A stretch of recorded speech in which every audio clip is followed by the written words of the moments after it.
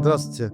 Мы находимся в лаборатории биотехнологии растений, кафедры биологии, защиты и гарантии растений.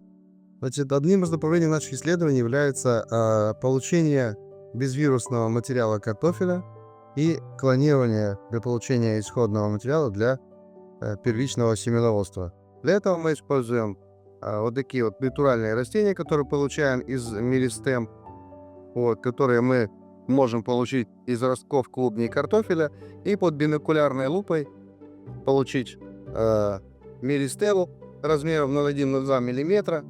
И далее вот такое микрорастение разрезается на черенки, то есть мы его клонируем на искусственной питательной среде, и через месяц прорастает растение, которое можно заново размножать таким образом, таким методом.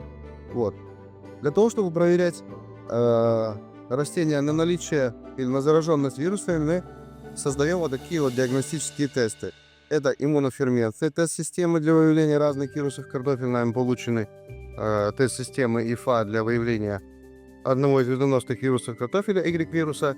Запатентована тест-система, и также наиболее распространенного вируса, М-вируса картофеля.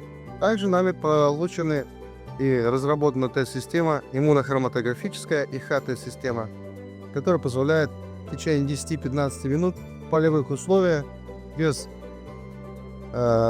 каких-то навыков работы данным методом, узнать о зараженности растения. То есть инфекционный сок, я немножко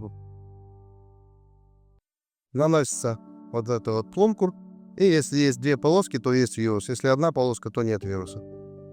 Это вот такой экспресс-тест полевой диагностики вируса картофеля.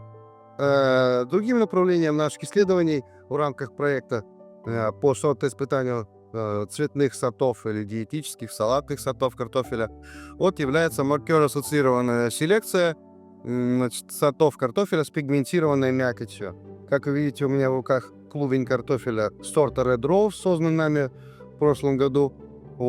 И будущие наши сорта картофеля, сейчас они еще гибриды, которые имеют и желтую окраску мякоти, и фиолетовую окраску мякоти. А это говорит о наличии большого количества антиоксидантов, замедляющих процессы старения, о том, что это диетический продукт, поскольку содержится небольшое содержание крахмала и высокое содержание витамина С.